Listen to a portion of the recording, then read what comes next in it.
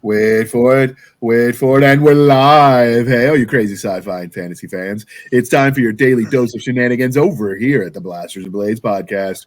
Just a couple of nerdy veterans and one chaos coordinator geeking out over our science fiction passions and fantastical fantasies.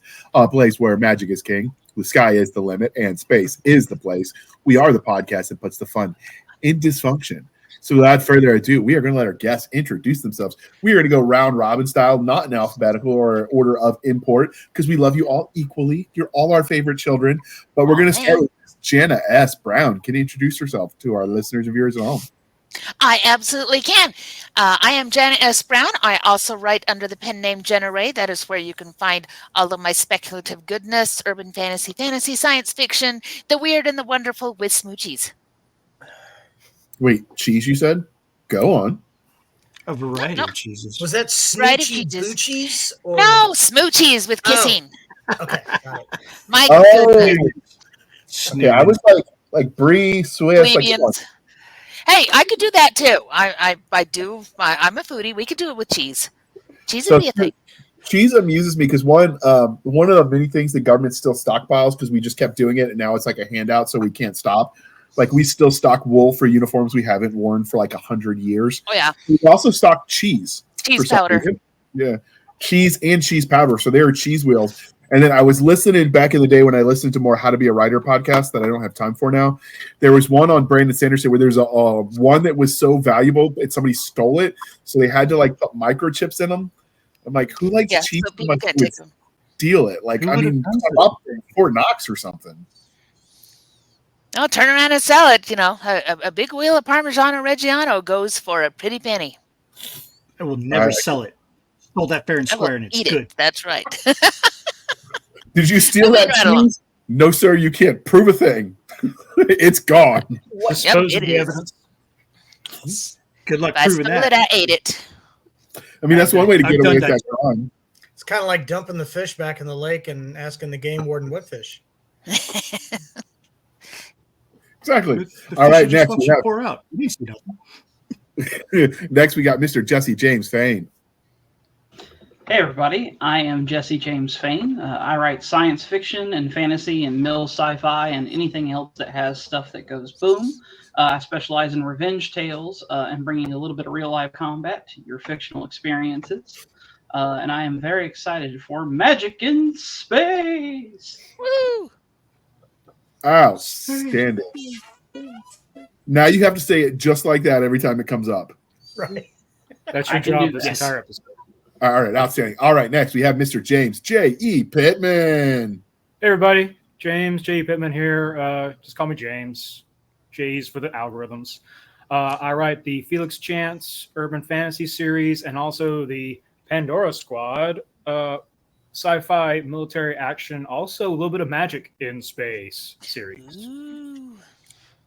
That sounds cool because it's in space. Hey. All right.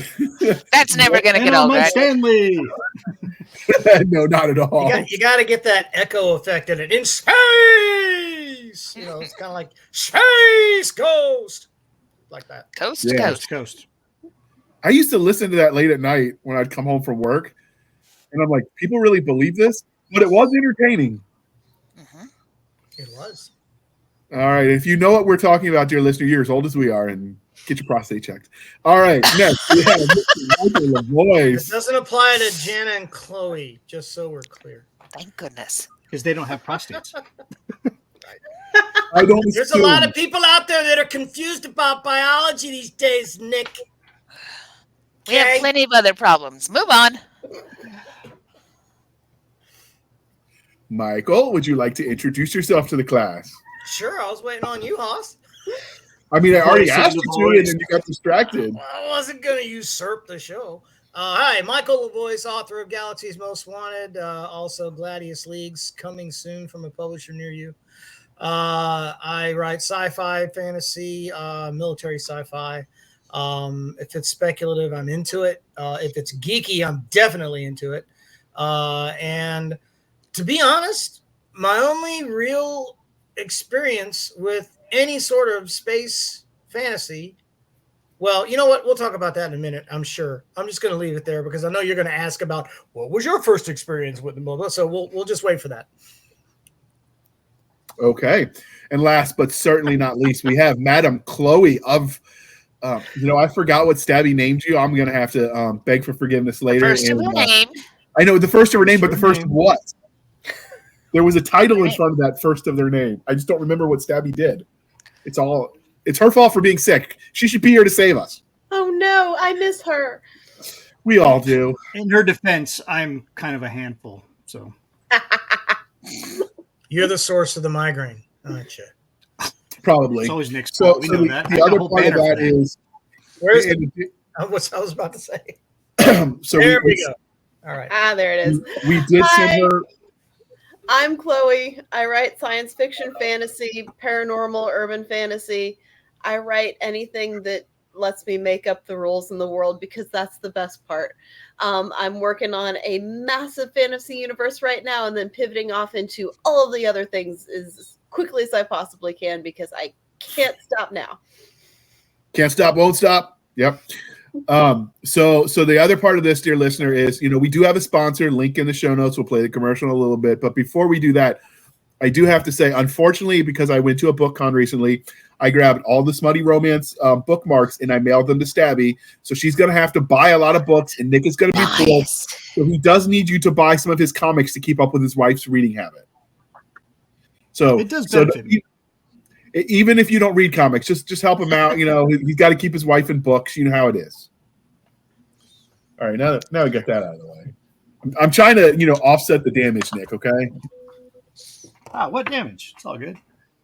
So the obvious question then would be, because we talked about magic in space is obviously the title. So what counts as magic in space? Generically, that's the space fantasy genre or sci-fi fantasy, however you want to call it. Mm-hmm. But what do you count as magic in space? Well, when I was doing my research, the biggest, I guess, let's get the elephant out of the room. The biggest space fantasy of all time is still Star Wars. Metachlorians notwithstanding, George Lucas can bite me. I didn't like it when he introduced them. I still don't like them, and they don't talk about them anymore, which tells you exactly how popular they were. So yes, that's still the biggest one. I think probably the next biggest one would be Dune, but that's debatable. But I think anything that combines the tropes of science fiction and the tropes of fantasy, i.e. magic and high tech, which that makes it space fantasy as long as they're traveling through space. Now you can have sci-fi fantasy like Thundar the Barbarian. There wasn't really any space travel in that, but there was high tech and there was sorcery mixed up in that. So, but I don't think it counts as, magic, space magic. It doesn't count. Okay. Okay. And Yes, Chloe, I'm going to say it that way every time. Every time. I'm here for it. See what you've done, So Jesse. the part that I find interesting is, do we count things like psionics as magic? Because as soon as you open that door, a lot of what we would call a native alien ability that you run into in space stories all the time becomes magic, because you have telepathy and you have telekinesis and you go to Babylon 5 and you've got the whole Psycorps. That's magic. Technically, it's something that we can't explain. It's not a scientific thing. You've got Spock in the Mind Meld. You've got the Betazoids from Star Trek. You can find magic all over as long as you say that that's part of it. And it's the same problem we've run into in earlier episodes where we talked about, can the things that superheroes or mutants do, how is that different from magic? Right. And we're going to run into exactly that same thing of, do we draw any kind of line there as to what is the wizard to quote Iron Man, you're embarrassing me in front of the wizard. And when is it, no, this is, does psionics and that kind of thing count? And the family discussion we had around the table says it counts. So all of that becomes space magic. I think that this is one of those funny cases where every time you find a boundary condition and you edge it in and you edge it in, you end up taking over all of science fiction that exists in space. It's great. Anything with faster than light is magic. Is it magic or pseudoscience? And is pseudoscience and magic the same thing? Because like inverting the dilithium crystals, that's not pretending it's magic. It's just making up technology that doesn't actually exist. Sufficiently advanced technology is indistinguishable from magic. Sufficiently advanced magic is indistinguisable from technology. And it feels really easy to make that definition that if it's technology and they're calling it technology, it's technology. And if it's magic, and well, we can define all of the little corners until we've covered all the space again, because I'm going to make an argument that Doctor Who is magic in space, even though Doctor Who is solidly all technology all the time. But they don't explain any of it. They don't even try. They don't even explain the sonic friggin' screwdriver. Yeah, he was. That's totally a magic until you get to Capaldi, and then it's just nonsense. I like Capaldi. No, Capaldi can eat my ass. Well, and in the latest iteration, one of the very first episodes, they interacted with goblins. Yeah, I don't know. Doctor Who kind of ended with me with David Tennant, but that's because I was a big fan. Literally magic words. Mm-hmm. Yeah, I mean, it's yeah. Well, Allons-y. Oh, I've been guilty of using magic words circa 2019 when I was dating. Did it work?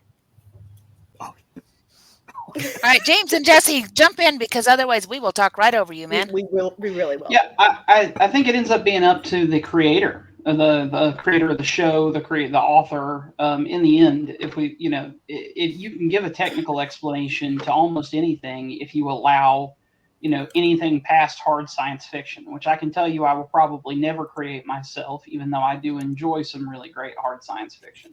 That's just too much. And it limits creativity, in my opinion.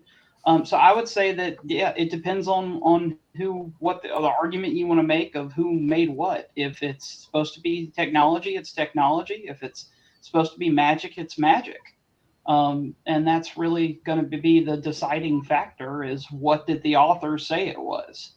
And then there's those line blurring things. Yeah, the line blurring things like Jenna was talking about. I read a series once, or listened to a series once, called Interstellar Gunrunner. And it was very space opera, very sci-fi, except for how they did FTL. And it was basically interdimensional travel, but it was performed by interdimensional beings that lived in the starship in the engine room. And you gave them trinkets that you bargained with them, and they took something personal, and then they took you where you wanted to go. And I was like, okay, so we're sacrificing to demons to get across the cosmos. Get where we want to go.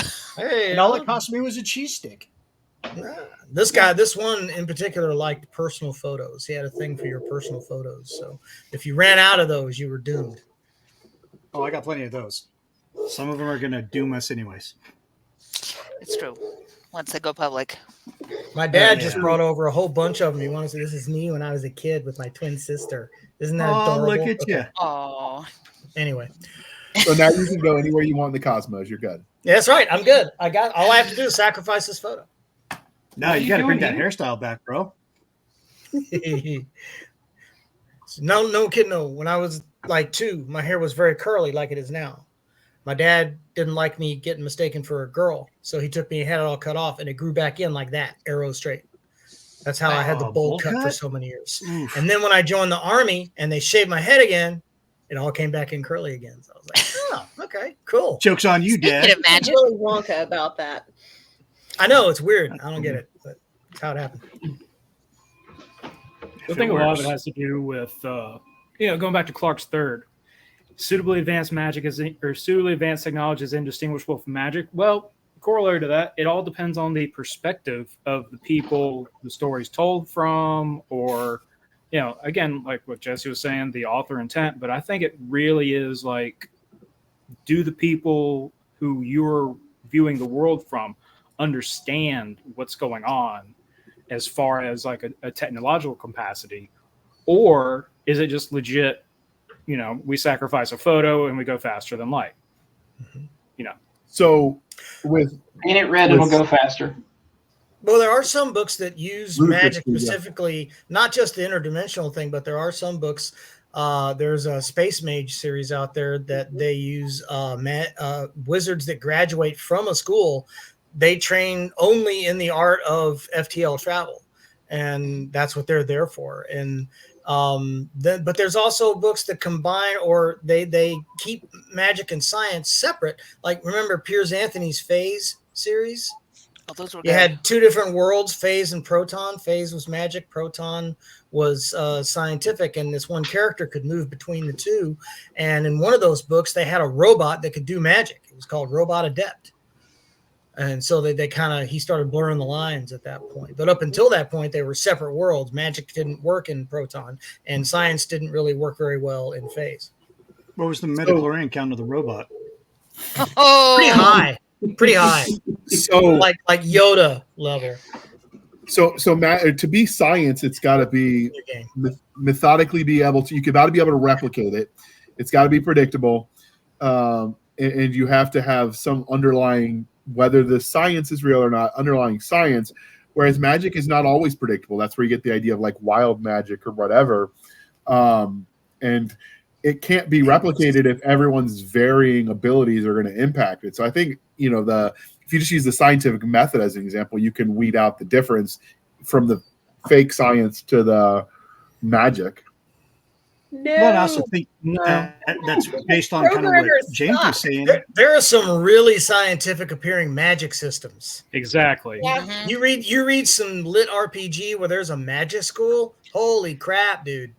There, you got to draw the spell just right, and if you don't diagram it right, it doesn't work. And oh my god, it was replication 16 problems hours in code are real. Well, you have things that start magic that sometimes get explained. So you think about Anne McCaffrey, and if you read in publication order for the Dragon Riders of Pern, you start with something that is very much this is fantasy, it's high fantasy, it's very branded that way, it's the dragons, it's this, that, and the other. But then as she develops it, you realize that it is space magic, that they came from someplace else, that there was genetic engineering that went into creating the dragons, there was all of this stuff, and then at the end they go back to space. So you end up having this really interesting thing, especially depending on whether you read it in publication order or whether you read it in internal chronological order, which tells you from the beginning that it's science fiction fantasy. So you also get that when do we take the magic thing and decide we're going to attach a scientific explanation to it? Right. Crystal Singer was kind of like that. Yeah, too. she excelled at this because the Rowan's the same kind of thing with the talents. It's a very science fiction kind of world when you've got your explanations of what's going on, you're traveling between planets, but that's all done by the talents. And the talents are a naturally occurring, sometimes you get one and sometimes you don't. They couldn't recreate that, even though they tried really hard with, if you put two talents together, you might get more talents as children. And that's how she had a whole series there. But Anne McCaffrey is just an excellent, most of her series really played on this. Where is the line between fantasy and science fiction, and where is it magic, and where is it explainable?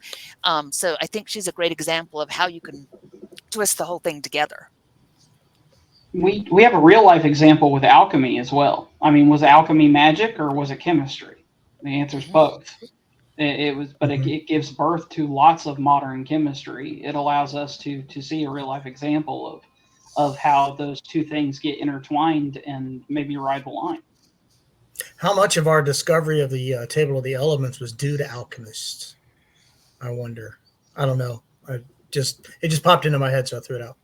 Yep. And people who call themselves chemists now, but they still behave like alchemists because they're goofing off with stuff, and they really are. I mean, I know a number of chemists, and they're like, "Oh yeah, we've got all the scientific method, and then most of the discovery is in between the cracks. It's where you say, I wonder what happens if I put this and this together. It might kill me, or it might be really cool." And they do it, and sometimes it explodes, and sometimes it explodes, and it's cool. Look, you leave Dr. Bunsen Honeydew and Beaker alone, okay? They're just doing what they do. All right? It's a Magicians, man. yo. Magicians. No, I think the underlying conclusion is that genre is largely a conceit that is agreed upon between the creators and the audience. And when you poke at it too hard, it's really easy to say, no, none of this actually exists. But it does actually exist. We all know that magic in space is people doing wild, crazy, fun, impossible things. And science fiction in space is, I could see that happening one day, maybe. I mean, with smart people and stuff I don't really understand. Sure, I can get there. And the mood is different and the tone is different. And then we dance all over that line because we're having a great time and who cares? But trying to nail down a definition is just so clinical and dry compared to the lively existence of science fiction and fantasy as a broad genre. It can be very slippery. Well, and I think you hit a really good thing there, that a lot of it's what makes it different from what we encounter every day.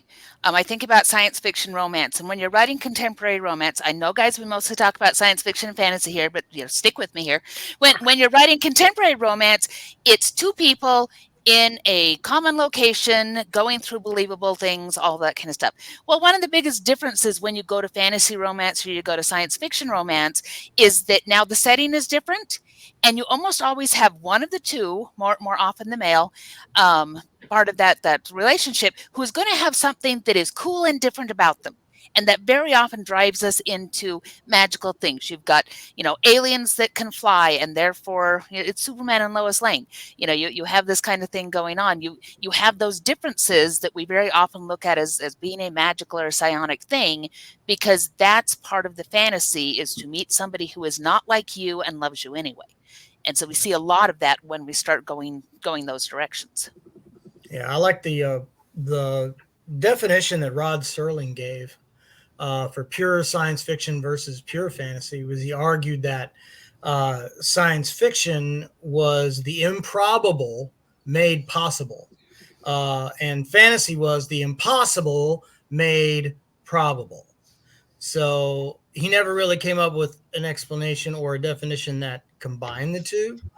But I think C.S. Lewis had a nice thing to say where he said, in the counternatural world of science fantasy, the imaginary and the actual, the magical and the prosaic, the mythical and the scientific meet and interanimate. In so doing, these worlds inspire us with new sensations and experiences, with such beauty, awe, or terror as the actual world does not supply, with the stuff of desires, dreams, and dread. God, I love this. Was that memorized, or are you reading that? I'm reading. There's no way I memorized that. No way. I'm not. It would have been so much cooler if you memorized it. It would have been better. It'd be a lot cooler if you did. I should have said I did. It was well performed. Yes, well done. But no, I love, and Lewis caught a lot of flack for his little science fiction trilogy, science fantasy trilogy that he wrote, and primarily from Asimov. Asimov did not like Lewis at all. Didn't like him or didn't like his books? He didn't like his stuff. Yeah, I think we talked about this once before, where he actually went to Oxford to have it out with him. And he brought along some guy from, I think, the Jet Propulsion Lab or something like that. And they meet in a pub, and Lewis brought along Tolkien. So they sat there and drank beer and jaw-jacked for hours and weren't getting anywhere because their worldviews were so diametrically opposed. And Lewis is now like half bliss, and he just gets up to lead him. You could be the most evil man in the world, but without you, life would be so boring. And he just leaves. It's like, all right, I'm taking it. See that I guess the modern day equivalent of that for authors is when we share memes and shake our fists at the sky, because that's about as deep as it gets a lot of the times. Yes. Okay. Because we've got a natural pause, we're going to pause for a moment while we shamelessly show for the man, and then we're going to jump right back in. Oh. All right, let's hit that play button. Boom. In a galaxy tied together by the magic of the elite jump mages, new graduate Damian Montgomery is in search of his first assignment. Without elite blood ties and high-powered connections, he can't find a ship to sign on to. A pirate attack left David White with a damaged freighter and a dead jump mage. The dead mage's grieving father blacklists him and makes it impossible to hire a replacement. Without a mage to jump his ship, he's stranded. When their desperate needs meet, Damien is drawn into a conflict with the most powerful criminal organization in the galaxy and draws the attention of the Mage King of Mars himself. Starship's Mage, the first book in a science fantasy series by Glenn Stewart, is available on Kindle and Audible. That is the exact book I was talking about earlier. Yeah, so what came to mind when I came up with the idea for this episode, I'm like, I know we've got that commercial, so I had to make it. It just fits too perfectly. That's awesome. So we've gone around the bush about what it is, and we basically came up with the Supreme Court oldie but a goodie. I don't know, but I'll know it when I see it, because trying to use the scientific approach, which is how I think of it in my head, you're like, no, that doesn't count because X, Y, and Z of all these factors. And if we use your approach, dang near everything is basically fantasy. There is no science fiction. So we can agree that it's complicated. We'll let our listeners weigh in on what they think the line is. Join the discussion in the comments. And we'll probably spawn some episodes off this. I already know we want to do one on psionics just because that could go sci-fi and fantasy to do a panel. I guess awesome. We could probably throw in just general telekinesis, telepathy, all that stuff in there as one. Sci-fi too if you do Forgotten Ruin. What's that? You go mill sci-fi too if you do Forgotten Ruin. Oh man, let's do Forgotten Ruin. We haven't done a panel on it. We've done, or at least not on the franchise. We've done book reviews and we've talked to the authors. We could add that to the list. But now let's talk about like examples of it and why it is such a resonating idea that it's been around before the genres were split. Once they were unified. Mm-hmm. There's a metaphorical something make us sound smart comment in there. So to your listener, assume we said that, insert it in your brain, and then we'll continue. So what do you think makes the idea so appealing, mixing the science and the magic? Well, I mean, look, there's an utter lack of limitation. Oh, go ahead, Michael. Yeah, no, that's cool. That's kind of where I was headed, but I was going to go a little further back. Is even in medieval times when you allegedly had magic, there was still a progression of technology. So a lot of stuff that we thought was magic or we thought was supernatural ended up having a naturalistic origin, like solar eclipses and the fact, oh gosh, the Earth isn't the center of the universe and things like that.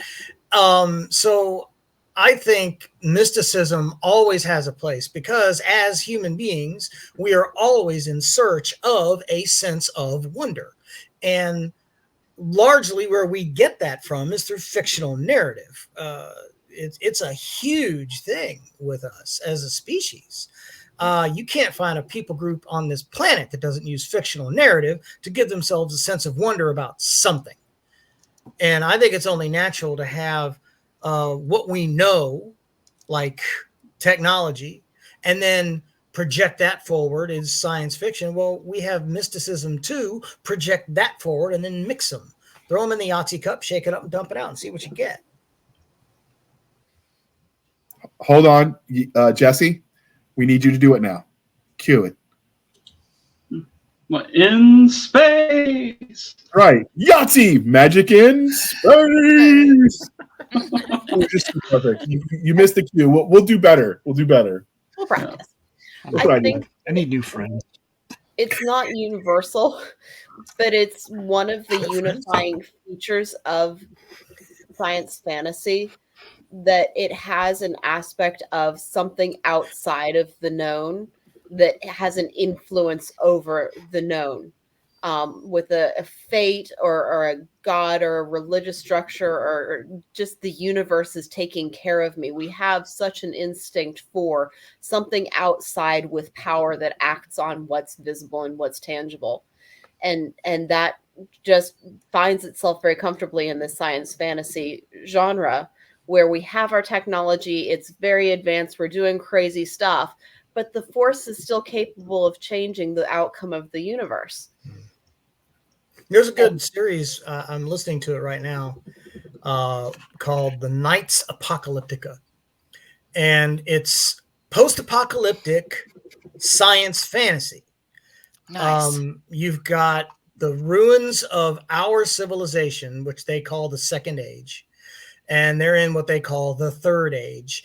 And you have rifts open up and magical creatures attack, but you have powered armor that runs on electricity and batteries, and they use axes and swords, but there are also priests that use spells to heal people, and you can cast a wall of ice if you've got the right glyph.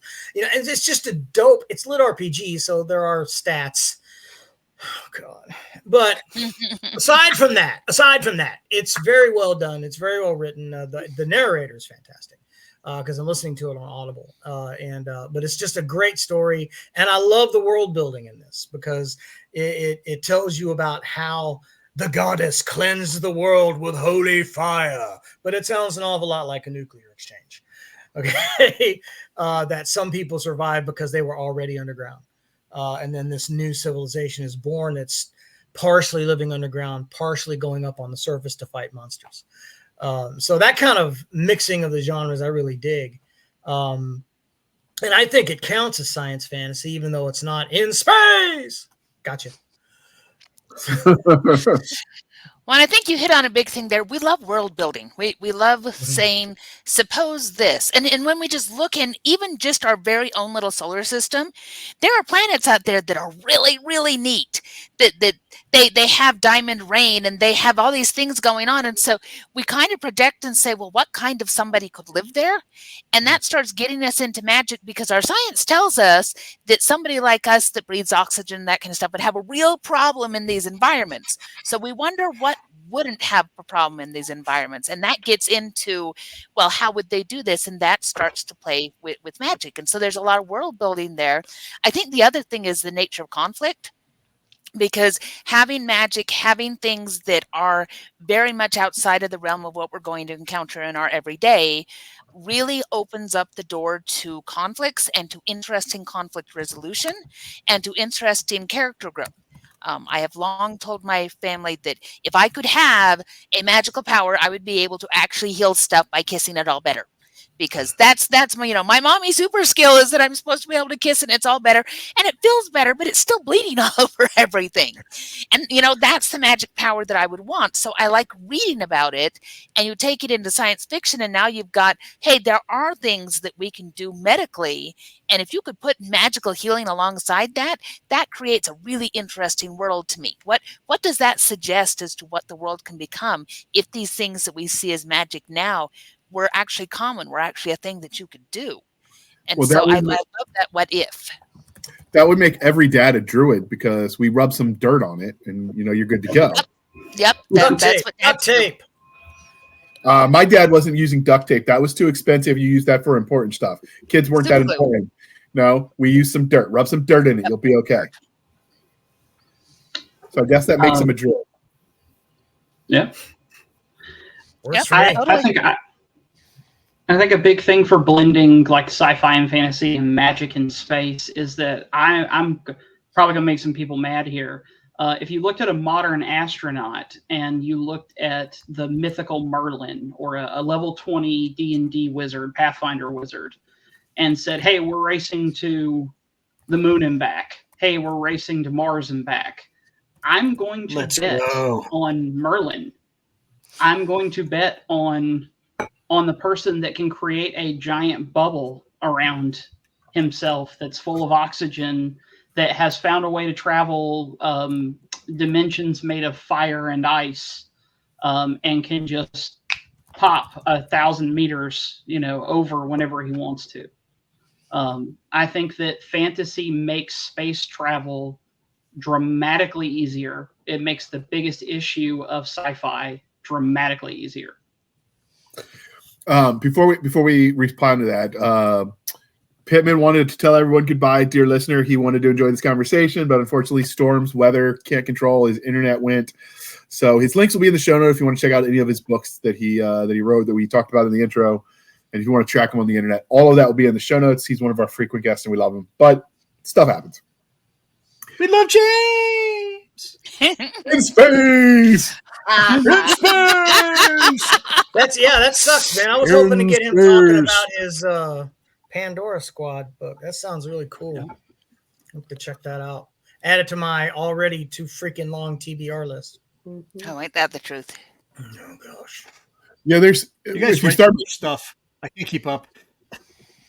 mixing sci-fi trope of the spaceship with the propulsion that's magic, so like the spice or the wizard from Starship's mage, or I guess mage, not wizard, are some good examples of how it's often done.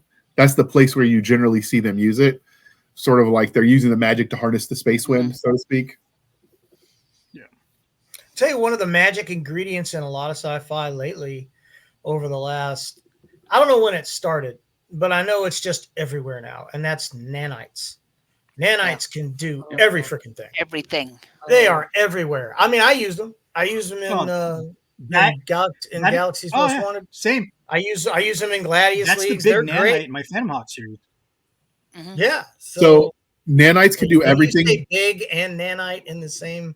That's like military intelligence, dude. That's No, but nanites are one of the things you can't do with them is spell them on Word because it doesn't like the word. it does not like any spelling of that word. And when I did it, No, I don't they want you to know. spell it out. If you spell out nanotechnology, it's fine. But as soon as you start Yeah, using nanites, like I It like just I have That's in all not these sexy. scripts, it gives me the angry red squirrely underneath, and it's like, dude, what do you mean? I'm like, dude, I've added you to the dictionary like 9 times. I Exactly. added it to the dictionary forever. the other You're just the other funny thing is Dragon doesn't like it either. I remember one time I was using that in a story, and I said medical nanites, and it translated it to milking Mennonites, and now the etymology of holy cow. We makes have a lot whole more new sense. story. We've got an Amish romance now. Right? I'm like, someone. It produces a certain set of imagery. Like I was watching CNN for some reason, don't ask me why. And they said that the protesters were throwing Mazel Tov cocktails, not Molotov Yes. cocktails. I Mazel Tov have that cocktails. graphic. And it popped into my brain some rabbi with a Molotov cocktail going behind him before he throws it, And I laughed. I laughed probably way more than I should have at that image. Somebody actually created that meme, Nick. It's out there. Oh, I saw it in Control Alt Revolt earlier today. Wait, I think I found it. It exists, and it's actually got a little cartoon. Oh my god, rabbi it does drawn exist. on Here it is. Going, yes, L'chaim. I was like, holy you got to load that up in the chat so we can see it on the screen. Yeah, That I could did be that right a new idea for currency in like a sci-fi world. You pay with memes. Oh, your meme's Oh, not funny nice. enough. I need a different one if you want to buy this Coke. I've got 50 of Oh these, my man. Come God. on. I'm putting that in a comic. That's going in a comic. Angry Cat is we don't accept banned. money here, sir. Memes only. Uh, Some Keck Your Hawk or Tuas are no good here. Hawk Tuas. Okay, so we got a bird scare on our boats at work, and it's a hawk that you're supposed to put on the bow to keep the birds from going around and crapping all over the place, which they'll do. And we nicknamed it the Hawk Tua. It's like, hey, did anybody recover the Hawk Tua before we went underway? Oh, wait. And someone goes out, Hawk Tua. It's become a thing, and I'm kind of embarrassed by it. not so much. But not so embarrassed you didn't share. So Yeah. So, have Because you it's guys thought funny. of other ways where magic is used in science fiction other than ship propulsion that you like to see? I know the Jedi over on Star Wars that Nick loves. That infamous terrorist organization. I like Don't the do that. idea of Don't shit on my combat Star Wars. Don't do magery. that. Combat mages were always my favorite classic character in Shadowrun. And Shadowrun would be another one of those things that combines high tech with high magic, because you got shamans and mages and combat mages and ogres and trolls and elves and cyberdeckers and all the cyberpunk tropes as well. So it was just dope. I love that guy. I miss it so bad. Nobody plays it around here. But I loved the idea of a combat mage, the guy whose only way to channel magic is through powerful like destructive spells, like calling down lightning or fireballs or stuff like that. He can't do the subtle stuff. He can't heal you. He can't make your migraine go away. Sorry, Stabby. But he can sure light you up with a fireball. Mm-hmm. When I was playing Magic the throw some Gathering, I lightning used at to your piss ass. off. That's what he can do. I would piss off the podlings so bad when I was a Magic the Gathering player because I had a deck that was nothing but red mana and lightning bolts. And oh man, they were dead in 5 rounds. And they're, you can't do that. Yes, I can. See, boom, boom, boom, boom, boom, you're dead. bro, I got the card, so according to the rules, I can't.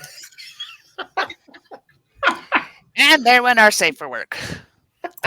Oh wait, I got a banner for that. He's got a banner. Demonetized. I'll answer the question. Go. Yes, go, sure, please. sure, please help us. Somebody stop me. I would like to put River Tam up for examination. Ooh. Go on. Because she has a lot of super magic powers, and I'm not sure what they are because we're not real clear on what she can and can't do exactly. And they aren't with my brain. They aren't directed. They simply are who she is and why everybody wants her. She's almost a MacGuffin. And she's totally a MacGuffin. And it's all solid magic in a world that is very strictly science fiction beyond that. Then you have River, and she just breaks all the rules in every possible direction, and she's spectacular for it. The monkey in the red. Well, it was Space MK Ultra is what it was. It was Space MK Ultra. Yes, it was in space. Well, though they do try to gloss over it with Serenity with the blue-gloved men, and that they were experimenting on her, which opened that up. And that very often, a lot of times they go to the very incorrect statistic about only using 10% of our brains, blah, blah, blah, blah, blah. And that if you can open up the rest of that. Now, we're using all of it, but I don't know that we're using all of the capacity of what our brains are actually capable of. And so that's, I think, where they pull a lot of magic in there is going, they've opened up what are the limits of human possibility? I mean, as of the time that we're taping this, the Olympics are on, and you compare what they're doing now in the Olympics to what they did even 20 years ago, and how far they have pushed that envelope. It looks like freaking magic when you go, because you go, nobody will ever run faster than this limit, and then they do. Nobody will ever swim in this way, but then if we do this, this, this, and this, they totally do. And so there is that whole, what is the magic of what human beings are actually capable of that we just don't know yet? And a lot of science fantasy plays on that to go, this has opened up the possibilities of what humans are mechanically and mentally capable of. Usain Bolt is a spatial mage. Darn straight. No, he almost teleports. He's doing small miniature. He's a Flash. Yeah, he's a speed. 100 meters in less than 10 seconds. That's magic. That's flat out magic. I could do that if you fired me from a cannon. But to use the Shadowrun reference, he is physical. Like a lot of grease. We're talking over each other, so we got to be careful, or people aren't going to be able to understand us at home. Sorry.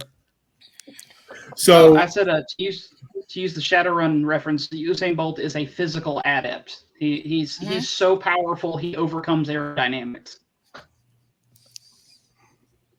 Physical so adept, character type. Let's take that thought process a step forward, where you're saying like Usain Bolt or River Tams are space magic, space wizards, whatever. So would you consider people that are physically mutants, so in some way worlds, superheroes? You've got people that for whatever reason end up with this one crazy extra ability that no one else has, which makes them special. Would you consider that then making them space magicians as well? It depends on what axis. If you're looking at what's the Bradley Cooper movie where he drops in his eyes and all of a sudden he's really smart. Limitless. Yeah. I'm really not impressed on a fantasy axis with that. That's solidly science fiction. We're still talking about human capacity just expanded through the use of technology. But if you're talking about suddenly you're psychic and you can like breathe dreams and like talk to suns, we're well into the fantasy realm at that point, and it depends on which skills that we're picking up for our special characters. But then you can blur those lines even further. I think a lot of that like is determined by the. Sorry, go ahead, Nick. Yeah, but it's all determined by the narrator, the story. Mm-hmm. That I mean, You're like the cerebral when it all implant boils down to whether it's it's all based on the knowledge base and nativity or whatever of the narrator. Like Star Wars works because people want to think it's Luke Skywalker in the original trilogy. It's not. It's the droids. So things are outside of a droid's context. You know, like the Force. They don't understand that. They're like, okay, we just understand that it's a thing. You know. So when you boil that down into the storytelling, it's like, okay, cool. It works because the guy that is viewing this story or the girl that's viewing this story says that it works.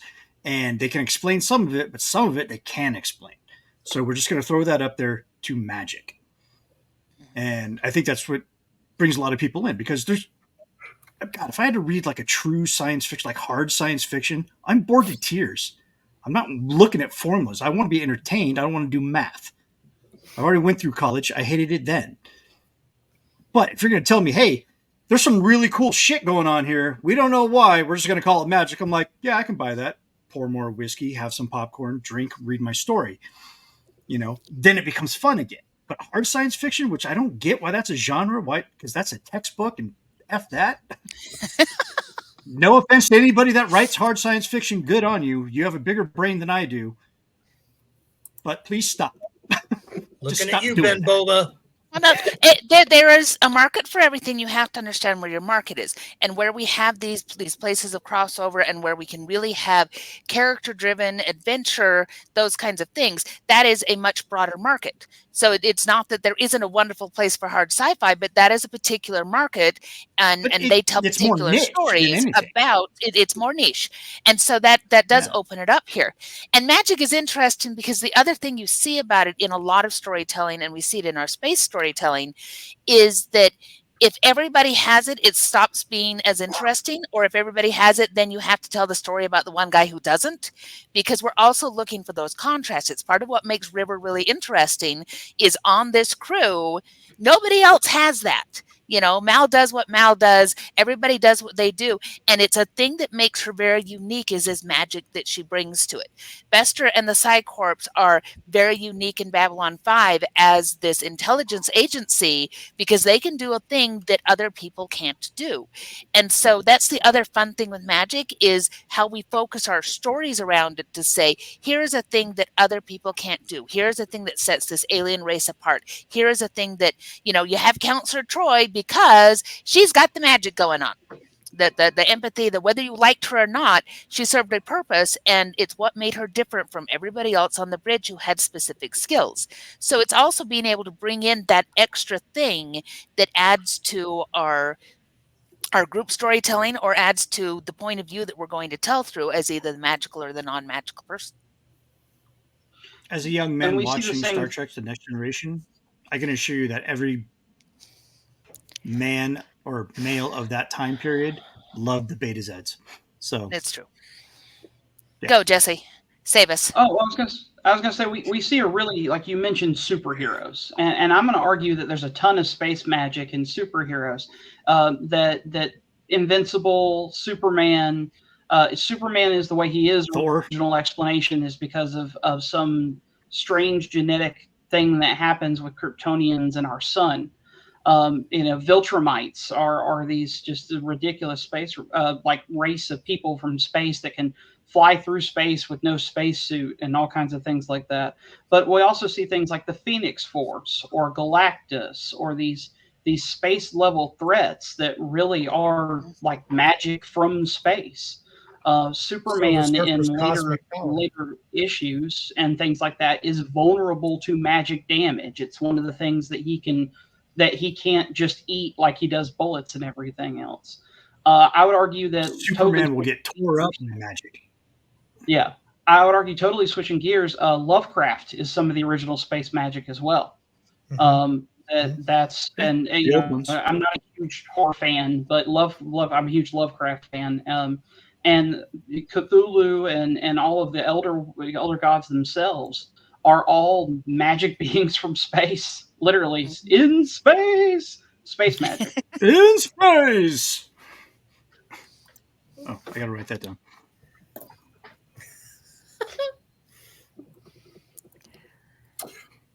Okay, so that dead air is exciting. So we'll move on then. Have any of you guys written your own sort of versions of space magic?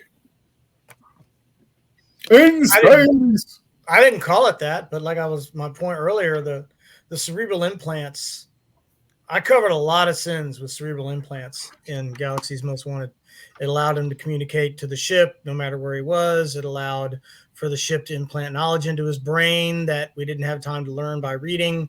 Called it sub-knowledge. And sometimes somebody would just say something and then there'd be this paragraph of sub-knowledge that Kai would get. Oh yeah, those are those guys. That's the bad guys. Okay, yeah. Oh, you tapped into your inner Elon Musk? Yeah, exactly. And actually, the idea for that, the implants and the sub-knowledge, I kind of stole from Simon Hawke in his Time Wars series.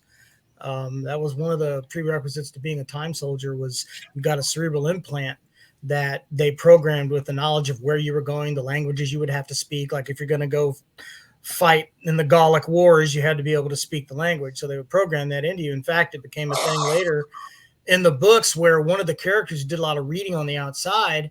Everybody else implant knowledge of Winston Churchill vanished, but he still remembered who the guy was and include them into the fact that somebody had gone back in time and assassinated Churchill before he became prime minister.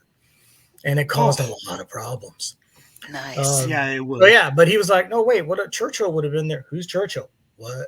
So, I think the more advanced your tech gets, you could probably get away with calling it magic. But as far as specifically writing magic in a science type setting, no, I have not done that. I'm not against it. I may do it, but I haven't done it yet. Anyone else? Go ahead, Nick. Go ahead, Chloe. No, go ahead, Chloe. I have a space opera that I use a bunch of pseudo technologies for faster than light travel. It's point to point travel rather than crossing the intermediate distance.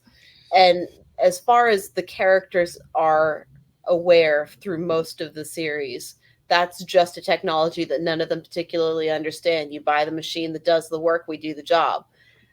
But it's an evolving awareness that the part of existence that they're traveling through, instead of going through actual space, is the awareness of the universe itself. And we're getting into some really complex, what does this all mean? And if we bring it back with us, what does it do? Kind of questions that are a lot of fun and turning into a rather Doctor Who level of, you know what? There are no rules here. I don't need your rules. I'm going to do whatever I want. And I think I am wandering off into that science fantasy sort of realm with a lot of those decisions. Tremendously fun. Cool. Yeah, I'm working on a science fiction romance that uses jump gates, and the magic comes in with people who can establish the next jump gate because they have that connection with the universe, they have that connection with time and space, and being able to go further and further beyond. And then she runs into an alien race and they have telepathy, they have some other things going on, and so it's making all of that work and eventually coming home. And it's really fun to play with that. How far can technology get you? Because I think this is another thing as I'm thinking about it, is that one of the things that we kind of fear as people, for the most part, is technology taking us over. It's going to take over our jobs. It's going to take over this, that, and the other. So part of what we look for when we add some of these magical aspects is, what do human beings still do in this case? If you've got ships, if you've got a automatic driving car, then what's your job besides just, sitting there and drinking your coffee? And maybe that's a thing, but when I'm reading these stories, I want them to have a job besides just hang out on the ship and let the ship do everything. And so that was where it was fun for me, was to go, well, how can I make people still really relevant here? And in order to make these jumps, it has to have a person. It has to have a person that's sensitive to this kind of thing. And so that's where the magic comes in, to say people are still magic, people are still amazing, and technology can't take that away from us. Okay. Jesse? I have two things. One's not professional at all. The other one is still a work in progress. I love Starfinder. It's like Pathfinder, but in space. And Fun stuff. There's literal solar magic. Magic has a new dimension to it. Yeah. There's little magic from space that the power of stars and even the darkness between worlds itself has its own magic to it. The other is what I would argue is genreless universe that I'm trying to pioneer. That people, I'm working on getting invitations out to everybody and publishers and like that. But it's basically where it's kind of a bar at the center of the universe kind of deal, and everybody uses the sea to travel between worlds and dimensions. And so you get a huge cross there where you can have cavemen with laser guns or a sorcerer fighting right next to a giant cyborg. I'm working on that right now. There'll be a lot of familiar faces that'll get invites when everything gets set up. Okay. So there are some series where we talk about the intersection with science and magic. How would you guys classify like living ships, sort of like the Andromeda, for instance, if you remember that TV series where the ship was sentient and it, created an avatar for itself? Would that be considered space magic or just science then? Because I definitely don't think we're ever going to make living, vessels. Yeah, it depends on how they did it. Yeah, just exactly what Nick said. Because what McCaffrey had, the ship who searched, the ship who sang. These were human consciousness. The city who fought. Yeah, loaded up into constructs. And so they were technically alive, but they were also techno constructs. So that's more sci-fi than space fantasy. But then the whole idea, if you're a metaphysician and you believe in the soul and the spirit, then what happens to that? Is your personality, all of that, is that just electrons that can be uploaded into something? Or is there something more to that? And would you lose part of that? Like I mentioned on this cast before, a series by John DeChancy called Star Rigger, where the guy has a truck that drives in between planets on these alien created roads through gateways. And in his truck is run by an AI that's modeled after the uploaded personality of his dad. But it's not his dad. It's just an AI. So that's still more science fiction-y. So where could you have a spirit inhabit a machine? That would cross that line, I would think. Yeah, definitely would. Machine spirits, Warhammer 40K. I've been trying to avoid bringing it up, but 40K is the ultimate one of the ultimate IPs for this. Space Marines are a marvel of science. That's indisputable. They're given extra organs. They're operated on. They're genetically modified. But the Emperor and the other psychics, the other people that can channel warp energy, are very clearly executing magic. And then you have things like the Webway and the Tyranids, who are a massive combination of weird genetic explanations along with things that just could never happen. Right. Okay. I do think the sentient ship idea is unique, or living ship. I know, like the Wraith, for instance, in Stargate Atlantis, they used essentially space reefs, and they just carved out in it and let that sort of be their propulsion. I mean, added propulsion and let that be their ship. So you constantly see them like grafting different parts over to change the size and shape of their ships. It becomes interesting given how vague the distinction between the science and the magic is, where you put that line. Yeah. We had the Yuuzhan Vong from Star Wars They had biological weapons, biological ships. Marco Clues had the Lankies with their bioships that were grown. They were made out of a hard shell protein. It seems to me there was another series that kind of utilized the same thing, like living biotechnical ships. Battlestar and Galactica does. The Yeah. reboot on There BSG you is go. the Cylons are they Yeah. have gone far from toasters by the time we see that there. And Starbuck climbs into the ship and it's gooey. Yeah. And then there's in Gladius Leagues, my main alien invasive species that has multiple names, but they are techno-organic. They're organic creatures that resemble kind of giant insectoid with pincers, but they have biotechnical blasters. They have a power supply that's bioelectric that powers the blasters, and so they're both. So yeah, it's possible to put those, but it still doesn't cross the line into magic. We're just making living machinery, which really doesn't answer your question. I'm very sorry. I just wasted your time. We all dumber for having heard it. Never But I a love waste my of book. time, Mr. LaVoice. What about you, Chloe? Thoughts on the idea of the living ship? I'm wandering off into the flood from Halo, trying to figure out what's the relationship between a massive organism that takes everything over and technology. And I'm not convinced that I've managed to cross the line, but I got stuck over there for a while with flashbacks from playing.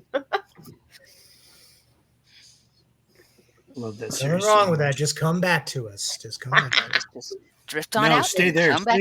Stay in that universe. That is an awesome universe.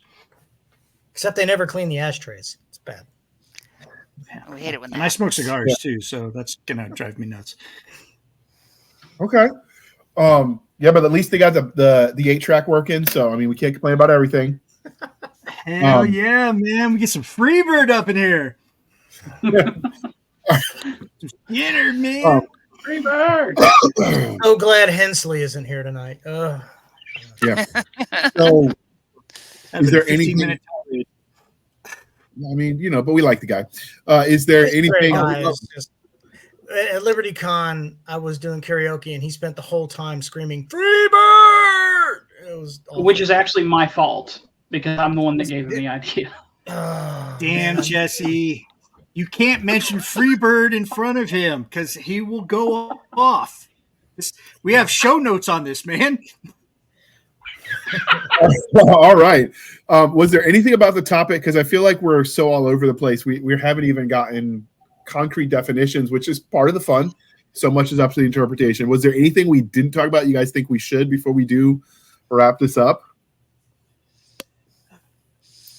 I think we've hit it most in a really broad way. We'd have to now start kind of sectioning it down to, things like our alien magic and how that works versus technology that is combined with things. So lots and lots of episodes that we could dig into a lot deeper and a lot of properties. And that was interesting too, because when we were first talking about this, there was some talking in our other chats going, well, I can't find any other books and I can't this, that, and the other. And then you start really thinking about it and you go, there are a massive number of properties that touch into this space of, what is science and where's the magical connection.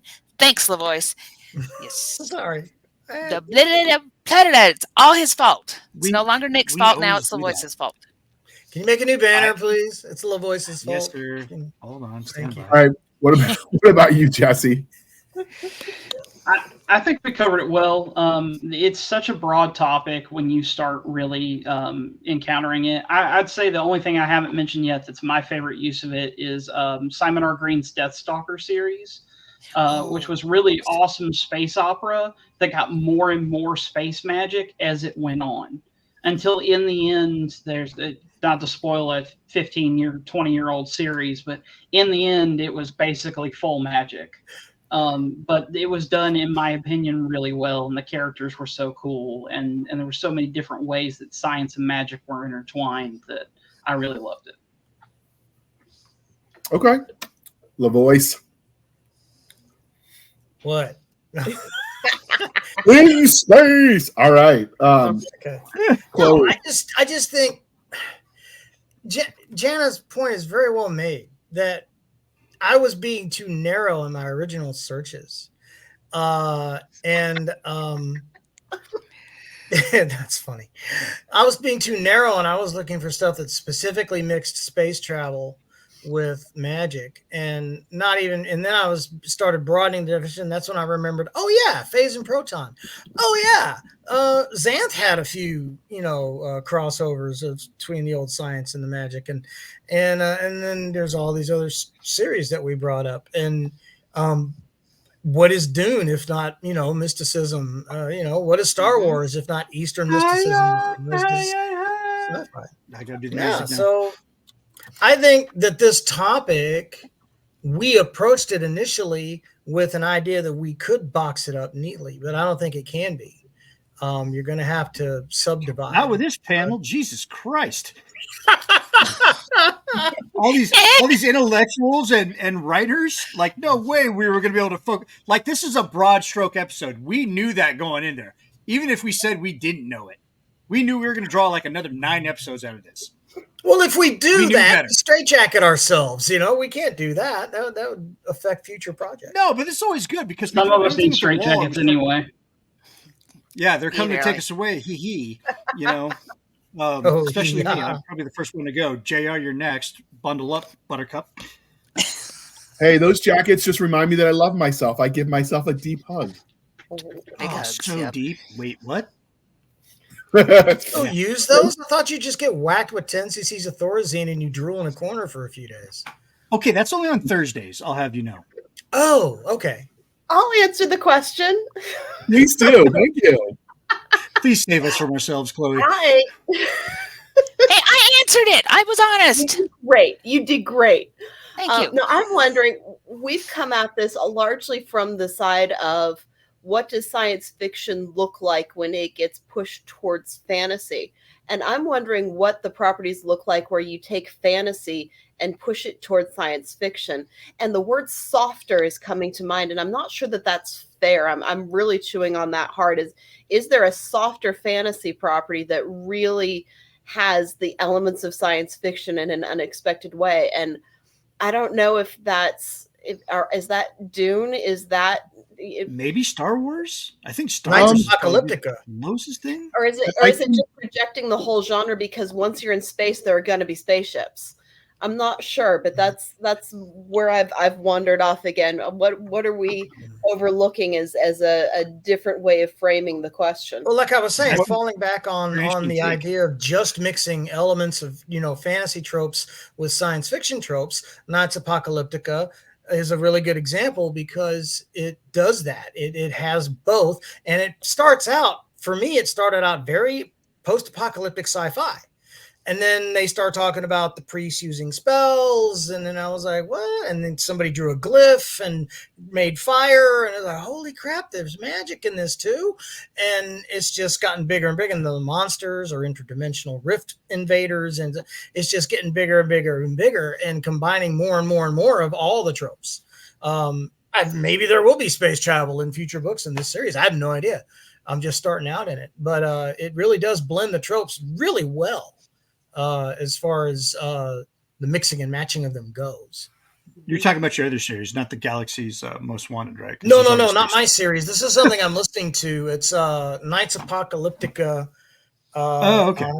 I have to look up who the author pretty sure is. Galaxy's Most Wanted has space travel in it. I don't know what you're talking about. Yeah, lots of space travel. This is from a guy named Zach Skye, Skye.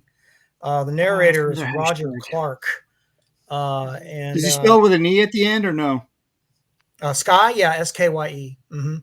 And it's got all the tropes, man. He's got a suit of medieval-looking armor that's got servo motors and stuff in it, and then he finds an AI that kind of takes over the armor, and it's the whole found starship with an AI trope, like in my books. So I'm like, this is great. This is fantastic. You should totally sue him. I think the Dragon Riders might be the answer. That's the best one.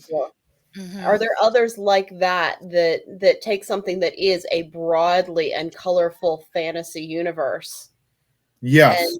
and turn that into, oh wait, we've got like, and Halo has a little bit of that, where we've got all of these silly aliens running around doing silly alien things, and then, oh wait, we've got a really big sci-fi world that we're going to go show you how this thing works into that.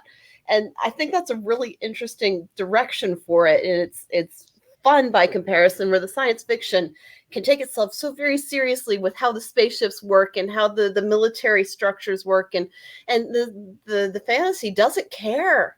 Just run, be free. Yeah, it's great until Paramount makes a show about it. Then it's going to suck. Yeah. So to answer your question, Chloe, the Gore series starts like that. He's a guy on Earth. He gets sucked into a spaceship, taken to an alien planet. So sci-fi. But then you get to the other planet and you realize it's just, wish fulfillment for dudes, but it's like a fantasy world, very Conan-esque. I remember reading it in grade school because it was in the library. It's very John Carter of Mars. Yeah, and it gets a reputation for the risque bits, but none of that actually happens on screen. That's just... It's just hinted at, talked about. Right, stuff that's added after the fact, and then fans created a thing around that. Fans will do that. Yes. But, I mean, it definitely felt like a fantasy that made nods at the science to the point where there's almost like a techno god that is immortal, but it's because he won't let technology get past certain stage before he smites them, and you don't really find out till deep in what that god is. Is it a man? Is it a powerful alien? Is it a machine that's just monitoring? It's Oz. He got swept away in a tornado and landed there in the mystical world. Yay. No, you know what else probably fits there from this same question is Hitchhiker's Guide. Mm-hmm. It was mentioned in a lot of the lists that I saw, mainly because of the improbability drive. Run free. Yeah. It's just a thing. It works. It's kind of funny because he'll take a concept like the Babelfish, which is clearly magical, but use it in his mind, to disprove the existence of God. I was like, so you're going to take a mystical being and disprove it by using a mystical device you stick in your ear that translates everything. Okay. Whatever you say, some of this, again, goes back to audience, because we have a little bit of a harder time getting a really solid fantasy audience to accept the branch into a science fiction explanation or a science fiction world. When Anne McCaffrey came out with Dragon's Dawn, there was a heck of a lot of kick about that. There was also problems when she did all the Weirs of Pern and some of these ones where she really latched onto, and then she said, this was the idea all the way along, but I started with these middle books because of other things. And people went, no, this is stupid. And so I think a lot of times your science fiction, especially in space opera and things like that, they're willing to give you that extra disbelief because they're there, as Nick said, for a really rocking story. They want the characters, they want the adventure, they want all that, and these fantastical elements add to that. For a fantasy, sometimes it feels like taking Chloe's run free thing, and when you start adding the science, that somebody's trying to now bridge that in, and sometimes your audience won't go there with you, which is why I don't think we see as much of it, because we have a lot of audience kickback about trying to put scientific explanation around our magic. And so I think that's why we see less of those than we do the science fiction that embraces fantastical elements. I mean, you see Brandon Sanderson making a career of sciencing up the magic, essentially making the hard rules and all of that. So, I mean, there's an audience for it. We know Chloe doesn't like rules in her magic because she just doesn't like rules in general. She's our favorite little anarchist. Chloe, you little rebel, you. You're our favorite anarchist. But, I mean, it's being done now. The other problem with fantasy is people want the book so dang long. It's like, as an author, I could write sci-fi and get 3 books for the length of one fantasy book and make a decent amount more money because, 3 books, which also goes against you. You know, I'm talking about sciencing up the magic. One of the series that I've also started recently was called Department of Dungeon Studies. Go on. J. Powell. And this is the one where it's lit RPG, lots of stats. But it's That's what I was going to bring up. It's a very, very structured magic system. These kids go to it's a magic academy, and they're learning either elemental magic or some other kind of magic, and the spell forms have to be done just so, or it's not going to work. And there was another series I was reading recently where the guy is a symbologist. You had different types of mages, and the symbologists draw magic runes and symbols and activate them and they make artifacts that are magically powered because they have these symbols on them and can be activated and then turned off. So that's kind of sciencing up the magic to me. When you start adding rules like that, where I can draw this particular symbol, and if I draw it correctly and I say activate, it does this. It makes fire. It makes ice. Or whatever. So will it ever cross the line if it's predictable and anybody can do it if they learn the correct path? Does it become scientific and not magic anymore? In that universe, anybody can use an artifact. Symbologist's main line of income is creating artifacts for other people to use that don't have magical abilities of their own. But along that same thing, you get a lot of Asian mythology and stories that use that same kind of symbology, but with them it is not only does it have to be drawn correctly, but then it has to be imbued. And when it's imbued, that is you have to believe in precious things. You have to believe in certain spiritual aspects in order to have that. I was just watching Till the End of the Moon, and they have a whole bunch of these charms, but anybody can draw the charm. You have to have that spark and that belief in order to activate it. So you can see it used both ways, and it's very effective. Answering JR's question, I don't think that it crosses the line into science fiction for me. It doesn't matter how structured the magic system is. If I don't believe that some version of myself could do it under some context, if you don't try to convince me that this is a story that me as a reader could go in and use that thing without becoming a member of that universe, it's fantasy. A fantasy world is one where the rules of humanity are broken. Science fiction is one where they're imagined to be something slightly different than what we've accepted. And I don't believe that imbibing a bit of metal is ever going to make me psychic.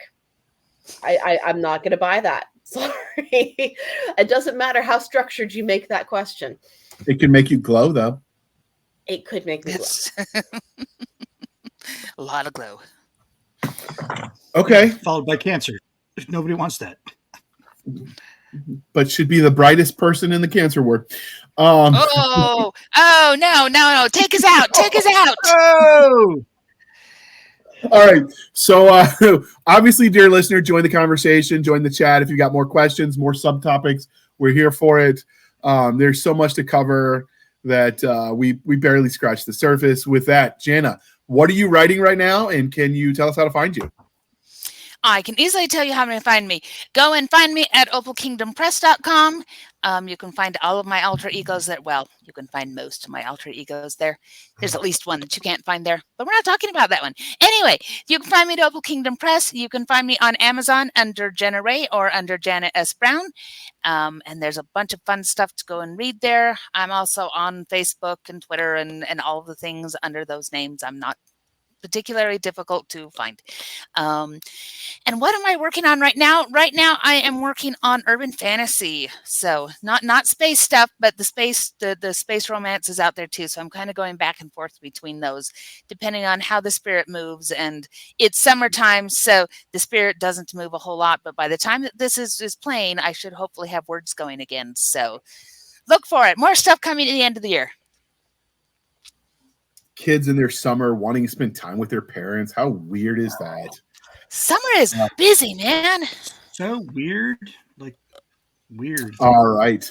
Next, we got Mr. Jesse James Fain. So what are you writing at the moment, and how can they find you? As usual, all links are in the show notes. So to answer that in the easiest first, you can find me on Instagram. You can find me on Twitter. On Instagram, it is just my full name, Jesse James Fain. On Twitter, it's Jesse James Books. You can find me on Reddit under Outlaw Author, which will hopefully be my website by the time this actually actually airs. I'm working on that right now on the website, getting kicked up. I'll get that link to everybody eventually. As far as what I'm working on, I am working on that project I was talking about earlier. It is instead of a street samurai, he is a street knight.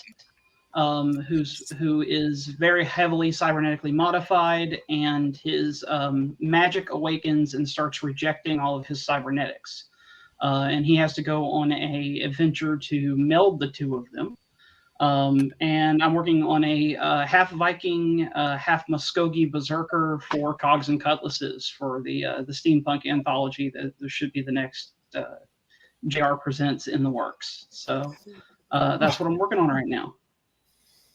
Outstanding. All right. We got Michael. What are you writing and how can they find you? Still working on Gladius Leagues book 3, which is the final book in that series. When I get that done, about halfway done. When I get that done, I'll be sending all those off to the publisher to get, they'll send me a contract and then we'll get that out there.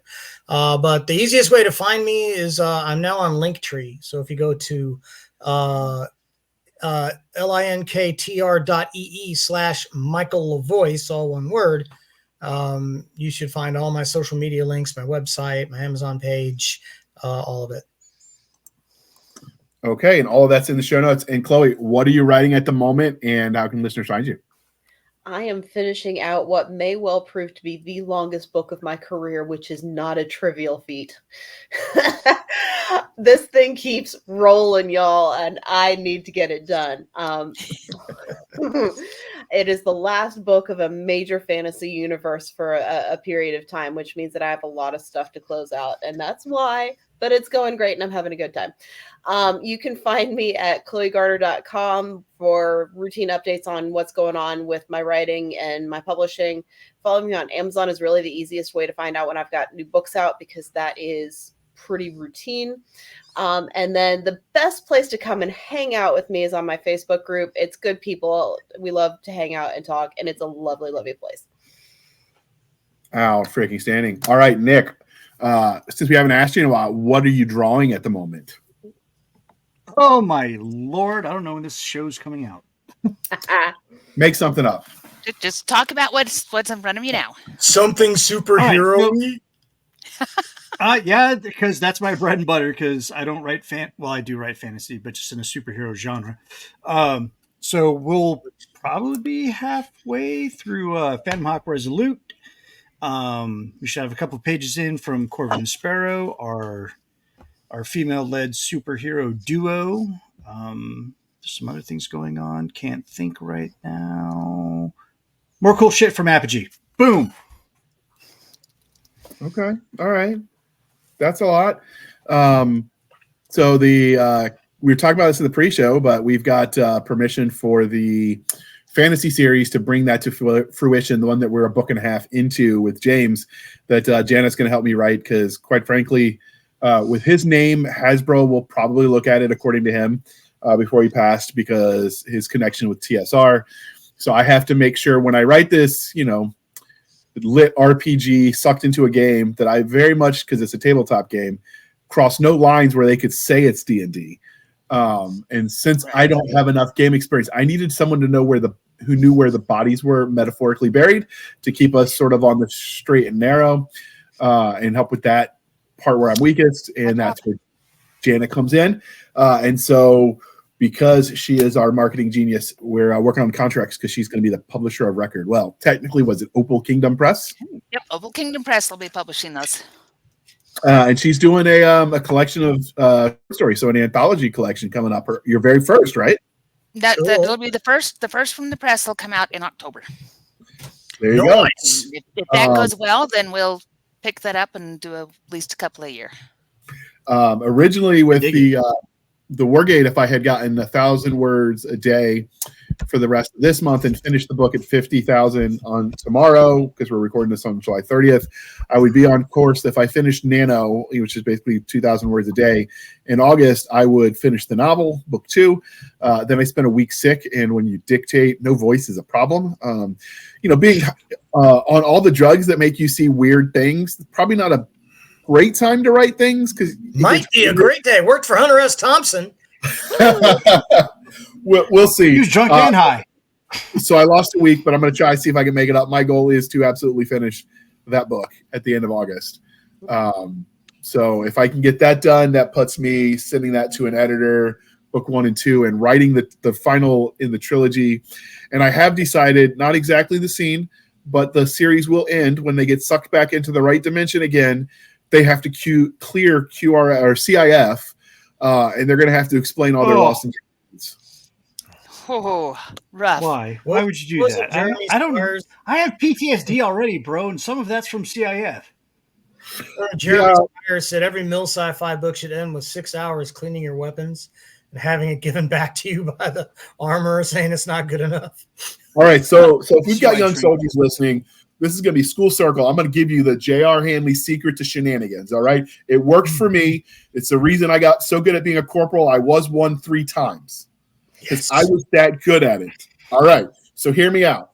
The armorer can't go home until the last weapon is turned in, people. He cannot, by law, abandon that arms room with weapons still out. Clean it once, clean it good, bring a book, hide and sham. Just read your book, enjoy your day. They will look for you when you are the last person, and they will be like, Corporal so-and-so, Private so-and-so, I need your weapon. Oh, here, it's clean. He won't even look at it. He will take it so he can go home. You have beat the system, people. You are welcome. It worked every time, twice. All you did was spend 3 hours playing Street Fighter 2 in your barracks room. We were in the drill hall because I was with guard units, even when I was federalized. So mostly I just read a lot of books, but I always kept my basic soldier skills and tasks manual. So if anyone walked in on me reading, my rifle was clean, but I knew he was a jerk about it. I'm just reading my soldier skills. I'm just trying to be productive, Sergeant. It worked all the time. They'll know you're shamming. You'll know that they know you're shamming, but they can't prove it, so they go with it. You have the appearance. But then you have a Mustang XO that knows you're shamming and smokes the entire hell out of your chain of command. I mean, that can happen. But, you know, it's every unit has a Handley, just like every unit has a Garber, and we're dicks. Well, it's like I knew it was you. I knew it. It's like we learned in Full Metal Jacket. Why won't you say you don't like the Virgin Mary? Because no matter what I say, it's going to be the wrong answer. So, you know? That's the way you approach it. You just got to grab life by the short and curlies. And with that, our lessons here are done, people. School circle closed, and we're going to wrap this up. You can find us, dear listener, on our link tree, linktr.ee/Blasters and Blades podcast, where we link to all the things, the bit shoots, the rumbles, the YouTubes, the Twitters, the emails, Blasters and Blades podcast @gmail.com. For professional purposes only, we have our Facebook group and Facebook page. More importantly, we have Madam Stabby Stab on Instagram, Twitter, and email. Right now, she's suffering from a migraine, or Nick and JR. I don't know. Maybe it's the same thing. But yeah, so you can reach out to her there. All the hate mail and shenanigans go to her. She's here for it. We link to our website over on Spotify, where for as little as 99 cents a month, you can help keep the lights on. Every penny helps. Seriously, these shows aren't free to produce, and we appreciate your patronage. You could support the show more directly over at buymeacoffee.com/author J.R. Handley. Again, buymeacoffee.com/author J.R. Handley. Be sure to put in the comment section that it is for the podcast, and I promise I will keep my co-hosts duly caffeinated. They will drink the brand coffee until migraines are a thing of the past. Stabby will just see brown and jitters because she will have that much coffee in her blood. Her blood in her coffee. I'm not quite sure at this point. We'll have to figure that one out at the medical office. But if you want to get some of that coffee brand coffee yourself, and you're in the continental United, well, I think they'll mail to Hawaii and Alaska. So if you're in the United States, the link is in the show notes. The code is podcast grunts, and you get 10% off. You help us. You buy American coffee. You keep Americans employed. It's a win-win. And with that, thank you for spending some of your precious time with us. For my crazy co-host, I am J.R. Handley, and this was the Blasters and Blades podcast. We'll be back next week at the same time, where we'll indulge our love of nerd culture, cheesy jokes, and all things that go boom. Or space magic.